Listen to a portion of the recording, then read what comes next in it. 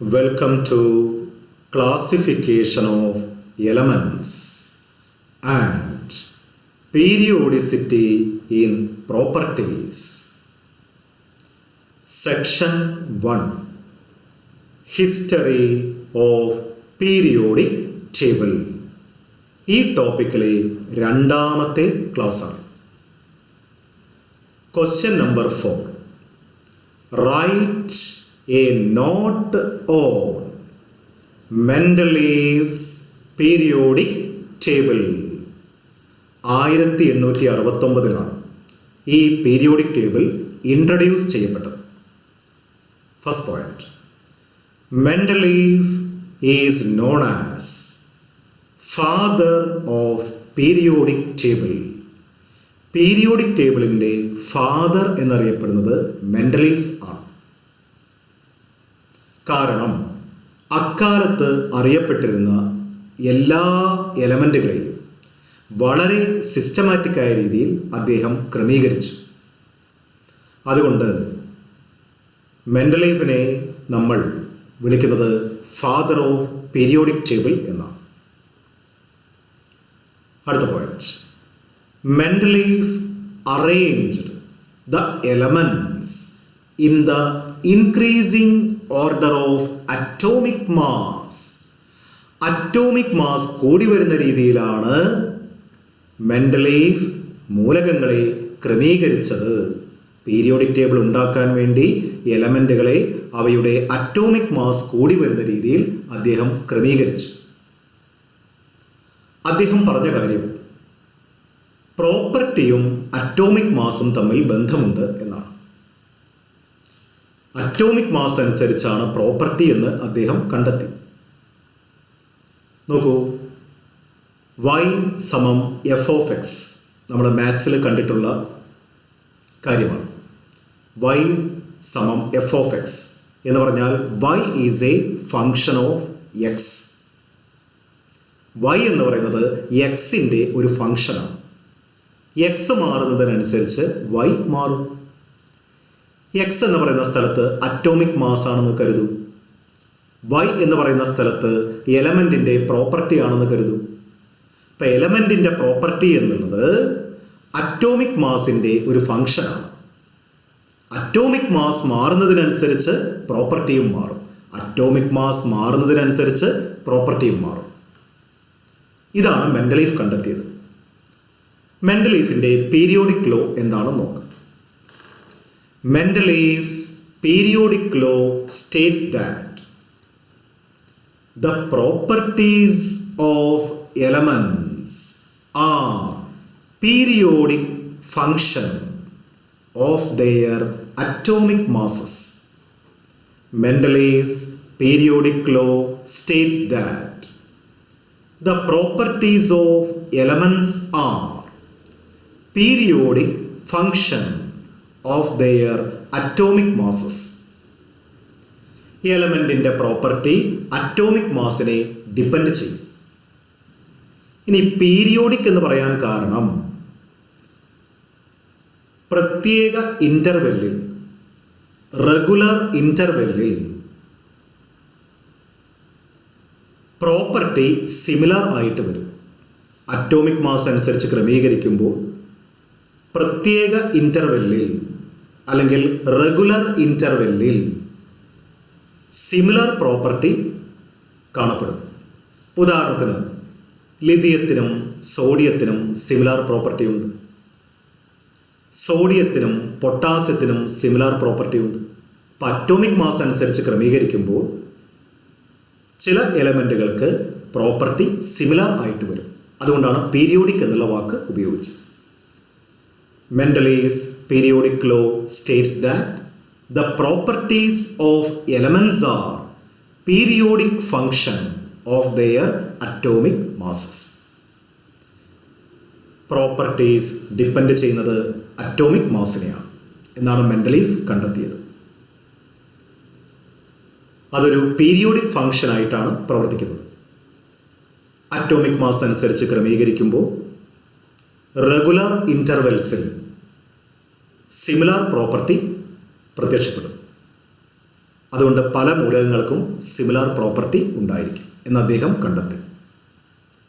ഒരേ പ്രോപ്പർട്ടിയുള്ള എലമെൻറ്റുകളെ ഒരു ഗ്രൂപ്പിലാണ് അദ്ദേഹം പ്ലേസ് ചെയ്തത്.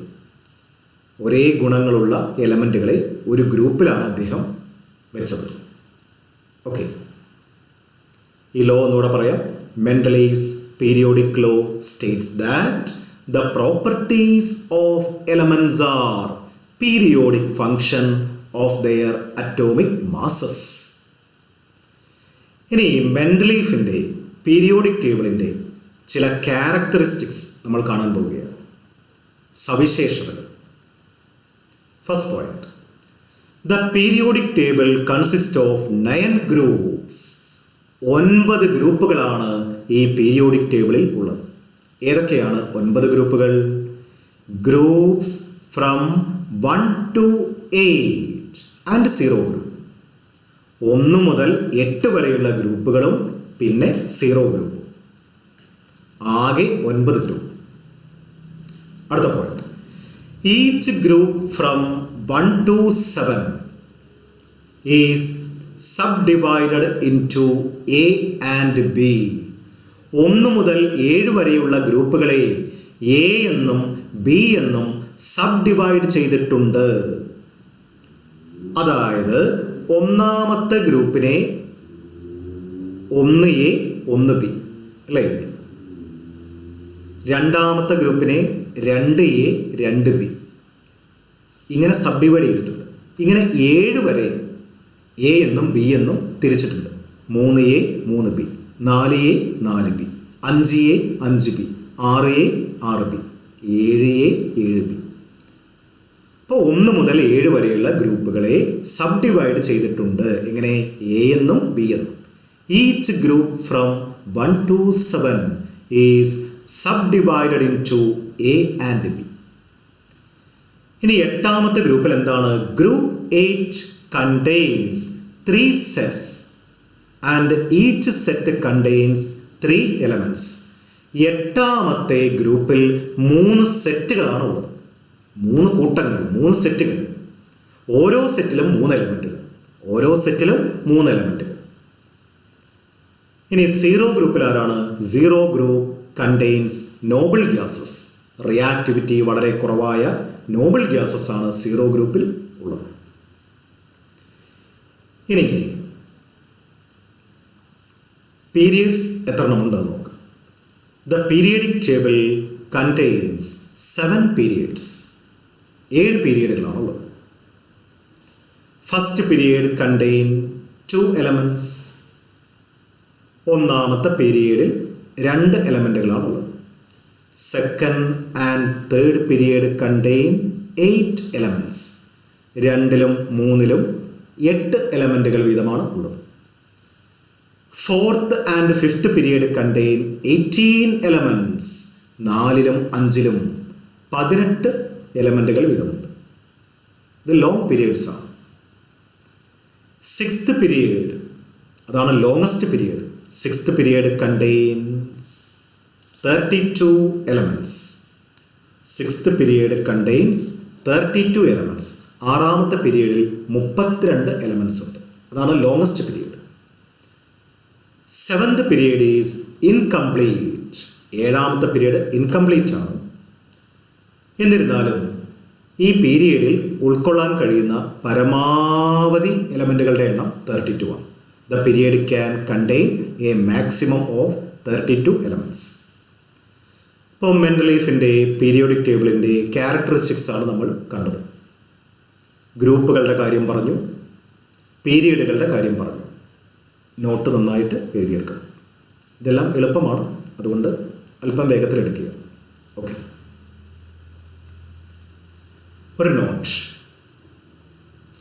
Horizontal rows are known as periods. വിലങ്ങനെയുള്ള വരികളെയാണ് പീരിയഡ്സ് എന്ന് പറയുന്നത്. വിലങ്ങനെയുള്ള വരികളെയാണ് പീരിയഡ്സ് എന്ന് പറയുന്നത്. Vertical columns are known as groups. കുത്തനെയുള്ള കോളങ്ങളെയാണ് ഗ്രൂപ്പുകൾ എന്ന് പറയുന്നത്. Horizontal rows are known as periods. Vertical columns are known as groups. ഇനി നമുക്ക് മെൻഡലീവ്സ് പീരിയോഡിക് ടേബിൾ ഒന്ന് കാണാം. ഇതിൻ്റെ ചിത്രമൊന്നും വരച്ച് പഠിക്കേണ്ട, ഒരു റെഫറൻസിന് വേണ്ടി കൊടുത്തു എന്ന് മാത്രം. ശ്രദ്ധിച്ചു നോക്കൂ. ഫസ്റ്റ് എ ഗ്രൂപ്പ്, ഇതാണ് ഫസ്റ്റ് എ. ഫസ്റ്റ് ബി ഇവിടെയാണ് കേട്ടോ, ഫസ്റ്റ് ബി ഇവിടെയാണ്. സെക്കൻഡ് എ ഗ്രൂപ്പ്, ഇത് സെക്കൻഡ് ബി. പിന്നെ third B, fourth B, fifth B,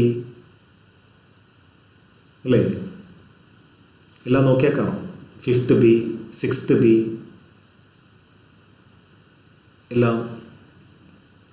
എട്ടാമത്തെ ഗ്രൂപ്പിൽ ഉണ്ടോ? എട്ടാമത്തെ ഗ്രൂപ്പിൽ 3 സെറ്റുകൾ. അയൺ, റുത്തേനിയം, ഓസ്മിയം ഉണ്ടോ? 3 എലമെൻറ്റുകൾ അടങ്ങിയ ഒരു set, 2 set, 3 set.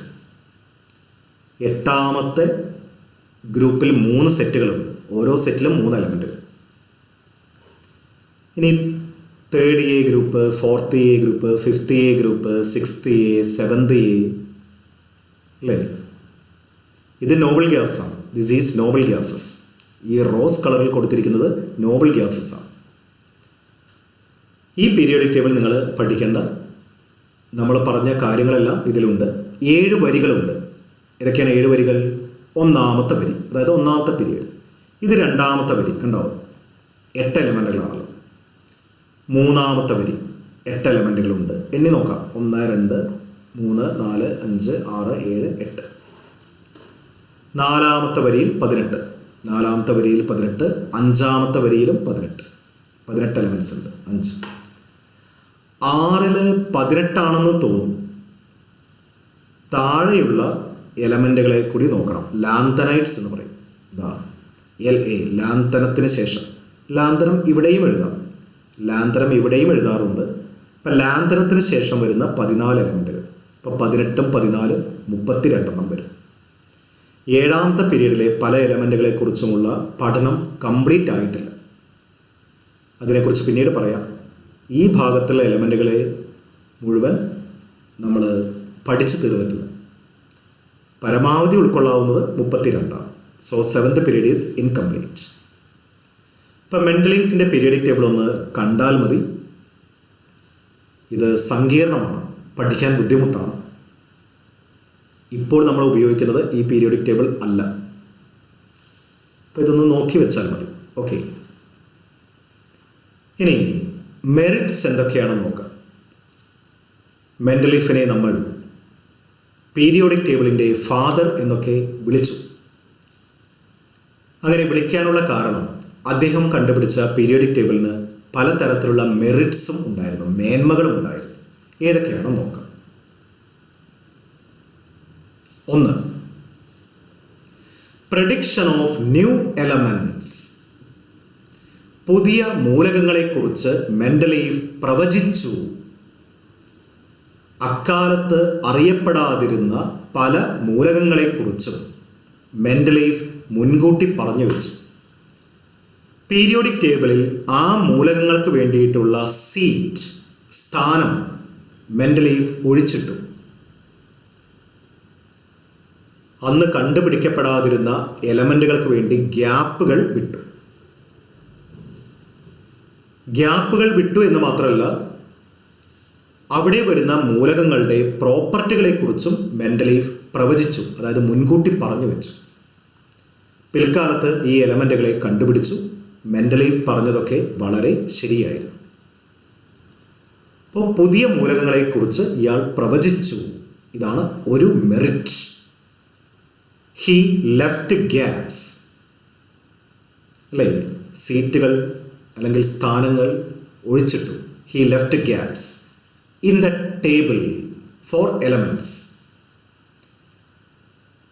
Table for elements which were not known at that time and predicted the properties of the missing elements.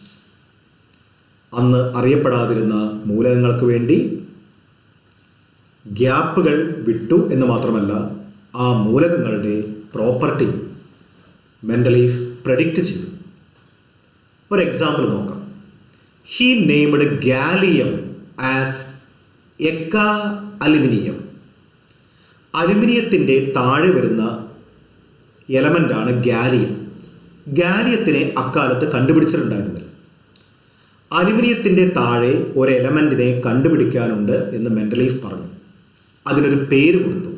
അലുമിനിയത്തിൻ്റെ താഴെ ഉള്ള എലമെൻറ്റിനെ എക്ക അലുമിനിയം എന്നാണ് മെൻഡലീഫ് വിളിച്ചത്. പിൽക്കാലത്ത് മെൻഡലീഫ് പറഞ്ഞ പോലെ അലുമിനിയത്തിന് ശേഷം ഒരു എലമെൻറ്റിനെ കണ്ടെത്തി അതിനെ ഗാലിയം എന്ന് പേരിട്ടു. അപ്പോൾ എക്ക അലുമിനിയം എന്ന് അറിയപ്പെടുന്നത് ഏതാണ്? ഗാലിയം ആണ്. ഇതുപോലെ he named germanium as eka silicon. സിലിക്കണിൻ്റെ താഴെയാണ് ജർമേനിയം. ജർമേനിയത്തിനെ അന്ന് കണ്ടുപിടിച്ചിട്ടുണ്ടായിരുന്നില്ല. അതുകൊണ്ട് മെൻഡലീഫ് ആ എലമെൻറ്റിന് നൽകിയ പേരാണ് എക്ക സിലിക്കൺ. പിൽക്കാലത്ത് ആ എലമെൻറ്റിനെ കണ്ടുപിടിച്ചു. എക്ക സിലിക്കൺ എന്നുള്ള പേര് മാറ്റി ജർമേനിയം എന്ന പേര് ഇട്ടു. ഇതാണ് ഒരു മെറിറ്റ്. അക്കാലത്ത് കണ്ടുപിടിച്ചിട്ടില്ലാത്ത എലമെൻറ്റുകളെക്കുറിച്ച് ഇദ്ദേഹം പ്രവചിച്ചു. ആ എലമെൻറ്റുകൾക്ക് വേണ്ടി സീറ്റ് പീരിയോഡിക് ടേബിളിൽ ഒഴിച്ചിട്ടു എന്ന് മാത്രമല്ല, ആ എലമെൻറ്റുകളുടെ പ്രോപ്പർട്ടികളെക്കുറിച്ച് അദ്ദേഹം വിശദീകരിക്കുകയും ചെയ്തു. Example, he named gallium as eka aluminium and germanium as eka silicon. അടുത്ത മെറിറ്റ് എന്താണെന്ന് നോക്കാം.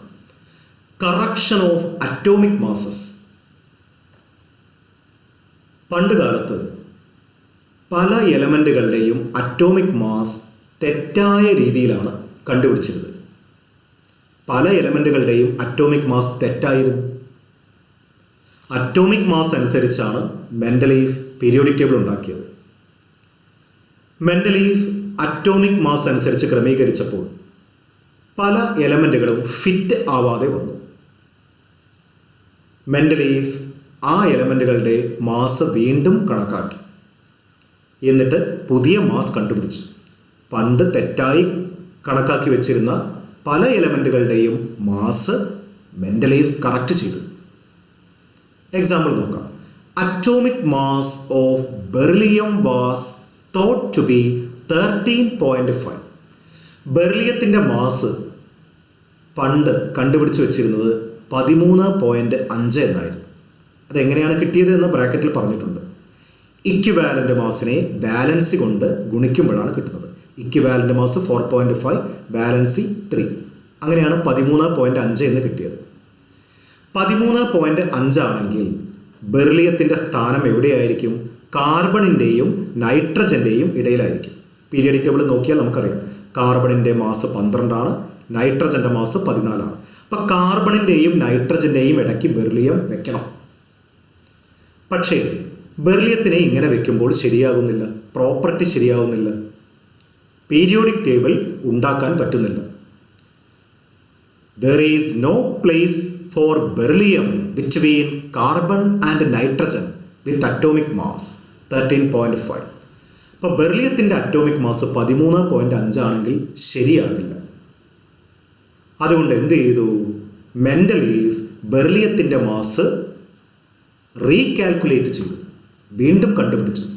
So valency of beryllium is recalculated to be 2 and its atomic mass was found to be 9. ഉണ്ടോ? ബെർലിയത്തിൻ്റെ ബാലൻസി പണ്ട് കണ്ടുപിടിച്ചിരുന്നത് 3 എന്നായിരുന്നു. മെൻഡലീഫ് അത് 2 എന്നതാണ് ശരി എന്ന് കണ്ടുപിടിച്ചു. അങ്ങനെ 2 × 4.5 എത്രയാണ് ആൻസർ വരിക? 9. ബെർലിയത്തിൻ്റെ അറ്റോമിക് മാസ് 9 ആണെന്ന് മെൻഡലീഫ് കണ്ടുപിടിച്ചു. ഇപ്പോൾ കറക്റ്റാണ്. ബെർലിയത്തിനെ എവിടെ വയ്ക്കാം?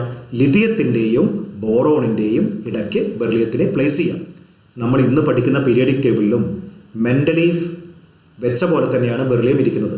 ലിഥിയത്തിൻ്റെയും ബോറോണിൻ്റെയും ഇടയ്ക്കാണ് ബെർലിയം. പീരിയോഡിക് ടേബിൾ നമുക്ക് കാണാം, ആ സമയത്ത് ക്ലിയർ ആവും. അപ്പോൾ പല എലമെൻറ്റുകളുടെയും അറ്റോമിക് മാസ് ഇദ്ദേഹം കറക്റ്റ് ചെയ്തു. അതിന് ഒരു എക്സാമ്പിളാണ് ബെർലിയത്തിൻ്റെ അറ്റോമിക് മാസ് കറക്റ്റ് ചെയ്തത്. 13.5 എന്നായിരുന്നു എല്ലാവരും കരുതിയിരുന്നത്. മെൻഡലീഫ് അത് 9 ആണെന്ന് കണ്ടെത്തി. അങ്ങനെ ലിഥിയത്തിൻ്റെയും ബോറോണിൻ്റെയും ഇടയ്ക്ക് ബെർലിയത്തിനെ പ്ലേസ് ചെയ്തു. അടുത്ത മെറിറ്റ് എന്താണെന്ന് നോക്കാം. Correction of position of elements. എലമെൻറ്റുകളുടെ പൊസിഷൻ കറക്റ്റ് ചെയ്തു. ഒരു എക്സാമ്പിൾ പറയാം. Mendeleev ignored the order of atomic masses in grouping together elements which have similar chemical properties. ഞാൻ നേരത്തെ പറഞ്ഞിരുന്നു, ഒരേ പ്രോപ്പർട്ടികളുള്ള എലമെൻറ്റുകൾ ഒരേ ഗ്രൂപ്പിൽ വരണം, ഒരേ ഗുണങ്ങളുള്ള എലമെൻറ്റുകൾ ഒരേ ഗ്രൂപ്പിൽ വരണം. മെൻഡലീവ് ഒരേ ഗുണങ്ങളുള്ള എലമെൻറ്റുകളെ ഒരേ ഗ്രൂപ്പിൽ വെച്ചപ്പോൾ പലപ്പോഴും അറ്റോമിക് മാസ് എന്ന് പറയുന്ന നിബന്ധന പാലിക്കാൻ കഴിഞ്ഞില്ല. അതായത് അറ്റോമിക് മാസ് കുറഞ്ഞ എലമെൻറ്റിനെ ആദ്യം വെക്കണം, അറ്റോമിക് മാസ് കൂടിയ ആളെ അതിനുശേഷം മാത്രമേ വെക്കാവൂ. ഇതായിരുന്നു മെൻഡലീഫിൻ്റെ റൂൾ. പക്ഷേ ഇത് പല സ്ഥലത്തും മെൻഡലീഫ് അവഗണിച്ചു. അതായത് അറ്റോമിക് മാസ് കൂടിയ എലമെൻറ്റിനെ പലപ്പോഴും ആദ്യം വെക്കേണ്ടി വന്നു. അറ്റോമിക് മാസ് കുറഞ്ഞ എലമെൻറ്റ് വേണം ആദ്യം പറയാൻ, അല്ലെങ്കിൽ പീരിയോഡിക് ടേബിളിൽ വെക്കാൻ. പക്ഷേ പ്രോപ്പർട്ടി ശരിയാവാൻ വേണ്ടി അറ്റോമിക് മാസ് കൂടിയ എലമെൻറ്റിനെ പലപ്പോഴും ഇദ്ദേഹം ആദ്യം വെച്ചു. ഒരു എക്സാമ്പിൾ നോക്കാം. ടെലൂറിയം, അതാണ് T, tellurium is placed before iodine. ടെലൂറിയത്തിൻ്റെ അറ്റോമിക് മാസ് 127.6, അയോഡിൻ്റെ 126.9. ഇദ്ദേഹം ടെലൂറിയത്തിനെ പീരിയോഡിക് ടേബിളിൽ ആദ്യം വെച്ചു, അയോഡിനെ രണ്ടാമത് വെച്ചു. അപ്പോൾ റൂൾ തെറ്റി. എന്താണ്? അറ്റോമിക് മാസ് കുറഞ്ഞ എലമെൻറ്റിനെ ആദ്യം വെക്കണം എന്നതാണ് റൂൾ. ഇവിടെ ആ റൂൾ തെറ്റിച്ചു. അറ്റോമിക് മാസ് കൂടിയ എലമെൻറ്റിനെയാണ് ആദ്യം വെച്ചത്. പക്ഷെ അതുകൊണ്ടൊരു ഗുണമുണ്ടായി. എന്താണ്? ഫ്ലൂറിൻ, ക്ലോറിൻ, ബ്രോമിൻ ഈ കൂട്ടത്തിൽ ആരെ വെക്കാൻ പറ്റി? അയോഡിനെ വെക്കാൻ പറ്റി. അപ്പം ഫ്ലൂറിൻ, ക്ലോറിൻ, ബ്രോമിൻ, അയോഡിൻ ഈ കൂട്ടത്തിൽ വരാൻ കാരണം മെൻഡലീഫ് ഇങ്ങനെ ചെയ്തത് കൊണ്ടാണ്.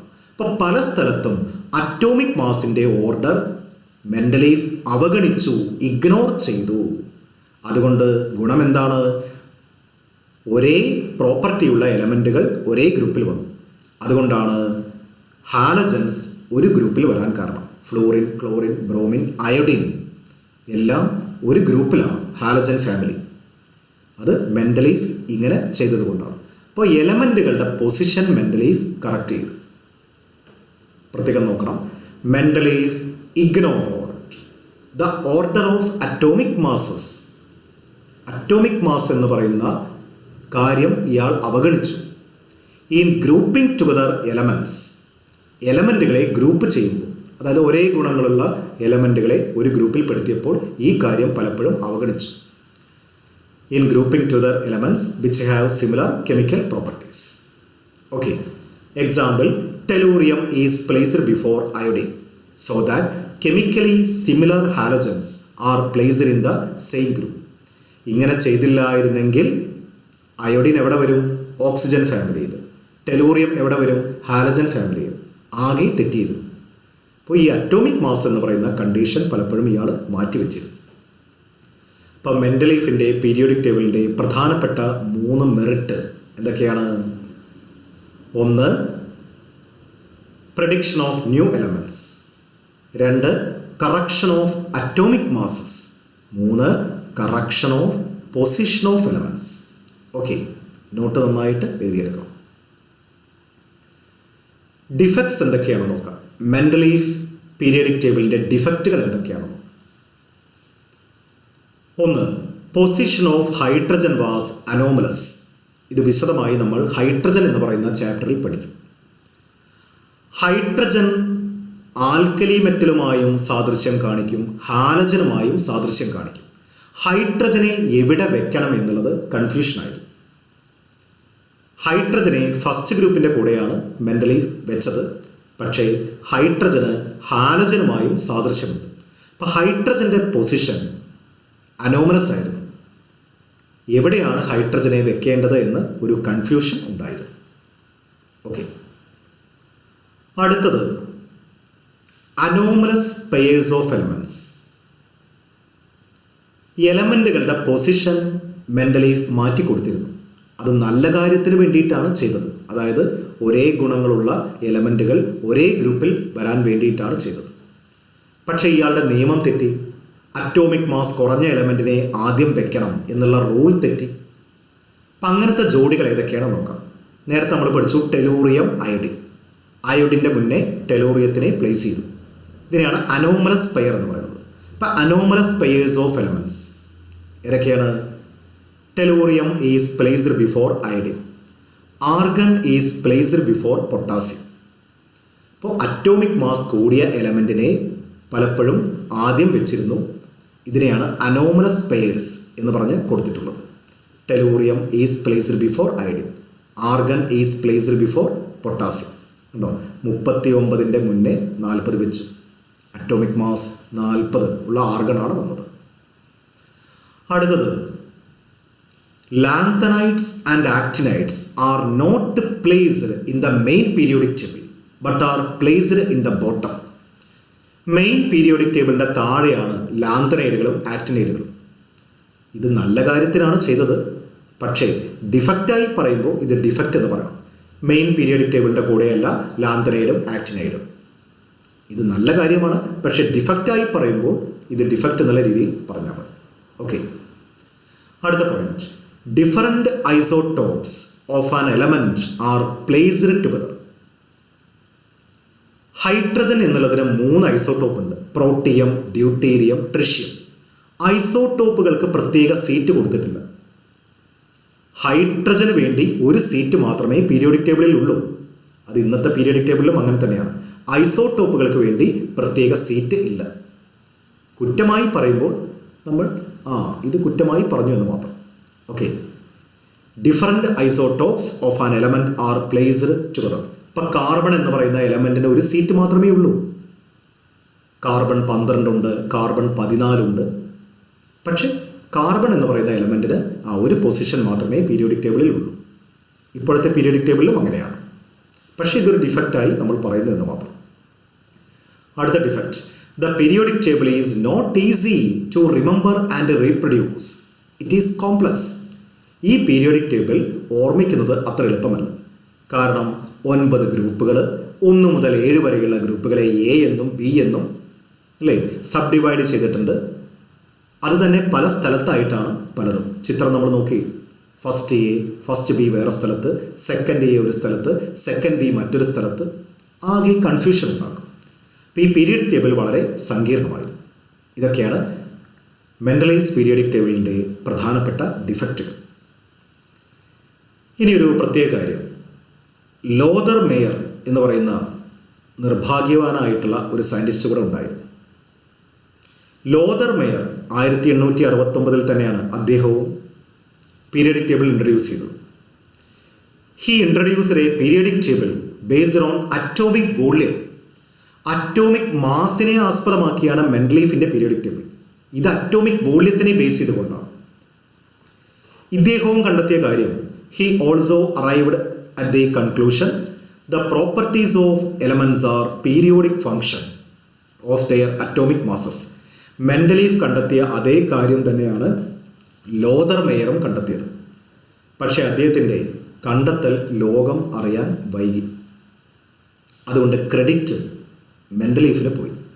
അപ്പോൾ അറ്റോമിക് വോള്യത്തിനെ ബേസ് ചെയ്തുകൊണ്ട് ഒരു പീരിയോഡിക് ടേബിൾ ഉണ്ടാക്കിയത് ലോതർ മേയറാണ്. രണ്ടും ഒരേ വർഷത്തിലാണ്. പക്ഷേ ക്രെഡിറ്റ് മെൻഡലീഫിനാണ് പോയത്. അപ്പോൾ അറ്റോമിക് വോള്യത്തിനെ ബേസ് ചെയ്തുകൊണ്ട് പീരിയോഡിക് ടേബിൾ ഉണ്ടാക്കിയ സയൻറ്റിസ്റ്റാണ് ലോതർ മേയർ. അദ്ദേഹവും കണ്ടെത്തിയ കാര്യം എന്താണ്? അറ്റോമിക് മാസിനനുസരിച്ചിട്ടാണ് എലമെൻറ്റിൻ്റെ പ്രോപ്പർട്ടി. അത് പീരിയോഡിക് ഫങ്ഷനാണ്. Okay, he also arrived at the conclusion the properties of elements are periodic function of their atomic masses. ഇപ്പോൾ മെൻഡലീഫിൻ്റെ പീരിയോഡിക് ടേബിളാണ് നമ്മൾ പരിചയപ്പെട്ടത്. വളരെ വിപുലമായ വർക്കാണ് മെൻഡലീഫ് ചെയ്തത്. അക്കാലത്ത് അറിയപ്പെട്ടിരുന്ന എലമെൻറ്റുകളെ അദ്ദേഹം വളരെ ചിട്ടയായി ക്രമീകരിച്ചു എന്ന് മാത്രമല്ല, അറിയപ്പെടാതിരുന്ന പല എലമെൻറ്റുകളെക്കുറിച്ചും അദ്ദേഹം പ്രവചിച്ചു. ആ എലമെൻറ്റുകൾക്ക് വേണ്ടി പീരിയോഡിക് ടേബിളിൽ സ്ഥലങ്ങൾ ഒഴിച്ചിട്ടു. പല എലമെൻറ്റുകളുടെയും അറ്റോമിക് മാസ് അക്കാലത്ത് തെറ്റായിട്ടാണ് കണ്ടുപിടിച്ചത്. ആ എലമെൻറ്റുകളുടെ എല്ലാം അറ്റോമിക് മാസ് മെൻഡലീഫ് കണ്ടുപിടിച്ചു. പല എലമെൻറ്റുകളുടെയും പൊസിഷൻ ഇദ്ദേഹം കറക്റ്റ് ചെയ്തു. ഒരേ പ്രോപ്പർട്ടിയുള്ള എലമെൻറ്റുകൾ ഒരേ ഗ്രൂപ്പിൽ വരാൻ വേണ്ടി അദ്ദേഹം പല എലമെൻറ്റുകളുടെയും പൊസിഷൻ കറക്റ്റ് ചെയ്തു. എക്സാമ്പിൾ നമ്മൾ കണ്ടു, tellurium is placed before iodine. അതുകൊണ്ടാണ് അയോഡിൻ ഏത് ഫാമിലിയിൽ വന്നത്? ഹാലജൻ ഫാമിലിയിൽ വന്നത്. അതൊക്കെ ഇനി പീരിയോഡിക് ടേബിൾ പഠിക്കുമ്പോൾ ഒന്നുകൂടെ ക്ലിയർ ആവും. ഓക്കെ, നോട്ട് നന്നായി എഴുതിയെടുക്കുക. ഈ പോയിന്റ്സ് ക്ലിയർ ആയിട്ട് പഠിക്കണം. Okay, by.